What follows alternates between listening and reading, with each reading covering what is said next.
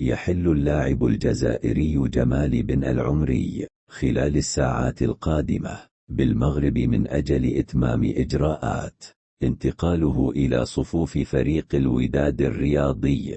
وكانت قناة الشروق الجزائرية قد أكدت أول أمس الجمعة أن بن العمري وقع عقدا إلكترونيا عن بعد في كشوفات نادي الوداد الرياضي.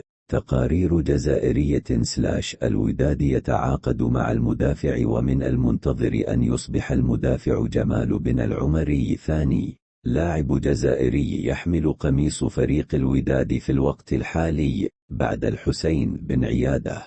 وسبق للاعب المذكور حمل قميص العديد من الأندية الجزائرية: نصر حسين داي، وفاق سطيف، شبيبة، القبائل، قبل الانتقال إلى الشباب السعودي، ثم الاحتراف في الدوري الفرنسي من بوابة نادي ليون، ليخوض بعدها تجربة أخرى في الدوري القطري رفقة نادي قطر، والذي غادره فيما بعد صوب الخليج السعودي.